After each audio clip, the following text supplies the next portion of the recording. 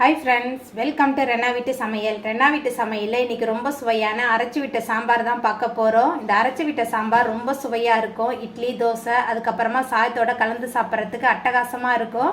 இந்த சாம்பார் சமைக்கும் போது தெருவே மணக்கும். அந்த அளவுக்கு ரொம்ப சுவையா இருக்கும். அந்த சுவையான அரைச்சு விட்ட சாம்பார் எப்படி செய்யறதுன்னு வாங்க பார்த்துடலாம். அரைச்சு விட்ட சாம்பார் பண்றதுக்கு முதல்ல 2 டேபிள் ஸ்பூன் அளவுக்கு தனியா, 1 டேபிள் ஸ்பூன் அளவுக்கு கடலைப்பருப்பு சேர்த்துட்டு மிதமான தணலில் வச்சு நல்லா வறுத்துடலாம்.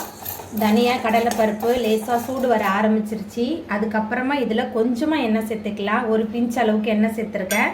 எண்ணெய் சேர்த்துட்டு காய்ந்த மிளகாய் சேர்த்துடலாம். உங்கள் காரத்துக்கு தகுந்த மாதிரி சேர்த்துக்கோங்க. இன்றைக்கி நான் 4 காய்ந்த மிளகாய் எடுத்திருக்கேன். இந்த மாதிரி ஃப்ரெஷ்ஷாக வறுத்து அரைச்சி சமைக்கும்போது சாம்பார் ரொம்ப சுவையாக இருக்கும். கடலைப்பருப்பு, காய்ந்த மிளகாய் எல்லாமே நல்லா வறுபட்டுருச்சு. அதுக்கப்புறமா இதில் 1/4 மூடி தேங்காய் சேர்த்துக்கலாம். அதுக்கப்புறமா 1/4 ஸ்பூன் அளவுக்கு வெந்தயம், 1 டேபிள் ஸ்பூன் அளவுக்கு சீரகம் சேர்த்துக்கலாம். எல்லாமே வறுக்கும்போது அடுப்பு மிதமான தணலில் தான் இருக்கணும். மசாலா பொருட்கள் எல்லாமே நல்லா வறுபட்டு வாசனை வர ஆரம்பிச்சிருச்சு. இப்போ அடுப்பை ஆஃப் பண்ணிவிட்டு இந்த கலவையை நல்லா ஆற வச்சிடலாம். ஆறினதுக்கப்புறம் மிக்சியில் மாற்றிட்டு கொஞ்சமாக தண்ணி சேர்த்துட்டு நல்லா விழுத அரைச்சி எடுத்துகிட்டு வந்துடலாம். அரைச்சி விட்ட சாம்பார் பண்ணுறதுக்கு 3 டேபிள் ஸ்பூன் அளவுக்கு எண்ணெய் சேர்த்துக்கலாம். எண்ணெய் சூடாகி வரட்டும். எண்ணெய் சூடாகி வந்துட்டு இதில் 1 ஸ்பூன் அளவுக்கு கடுகு சேர்த்துக்கலாம். கடுகு நல்லா பொரிய ஆரம்பிச்சிருச்சு. கொஞ்சமாக கருவேப்பிலை சேர்த்துக்கலாம். அதுக்கப்புறமா 15 சின்ன வெங்காயம் தோல் வச்சு வச்சுருக்கேன். சின்ன வெங்காயம் சேர்த்துக்கலாம். கூடவே பொடியான இருக்கிற ஒரு தக்காளி பழம், அதுக்கப்புறமா கீரை வச்சு 3 பச்சை மிளகாய் எல்லாத்தையும் சேர்த்துட்டு நல்லா கலந்து விட்டு வதக்கிடலாம். வெங்காயம் நல்லா வதங்கணும்.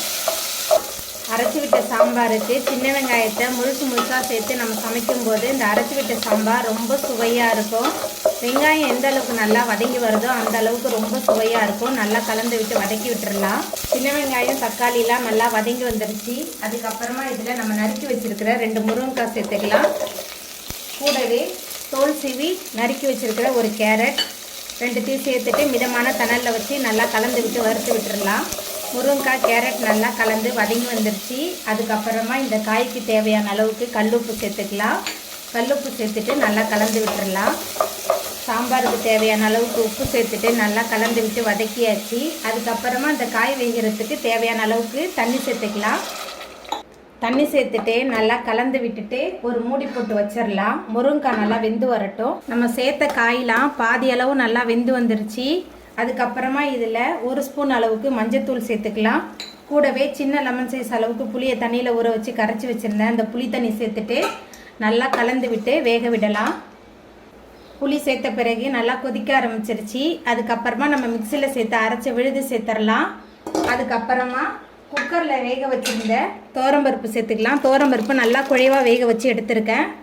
துவரம்பருப்பு, அரைச்ச மசாலா எல்லாத்தையும் சேர்த்துட்டு நல்லா கலந்து விட்டு கொதிக்க விடலாம். எல்லாமே சேர்ந்து நல்லா கொதிச்சு வரட்டும். அரைச்சி விட்ட சாம்பார் நல்லா கொதிக்க ஆரம்பிச்சிருச்சு. மேலால் கொஞ்சமாக பெருங்காயத்தூள், அதுக்கப்புறமா கொஞ்சமாக மல்லித்தலை தூவிட்டு நம்ம அடுப்பு ஆஃப் பண்ணிடலாம். ரொம்ப சுவையான அரைச்சி விட்ட சாம்பார் ரெடி ஆகிட்டு. அரைச்சி விட்ட சாம்பாரை நீங்களும் உங்கள் வீட்டில் செஞ்சு பாருங்கள். இந்த வீடியோ உங்களுக்கு பிடிச்சிருந்தா லைக் பண்ணுங்கள், ஷேர் பண்ணுங்கள், கமெண்ட் பண்ணுங்கள், சப்ஸ்கிரைப் பண்ணுங்கள். அப்படியே பக்கத்தில் உள்ள பெல் பட்டனை கிளிக் பண்ணிடுங்க. நன்றி.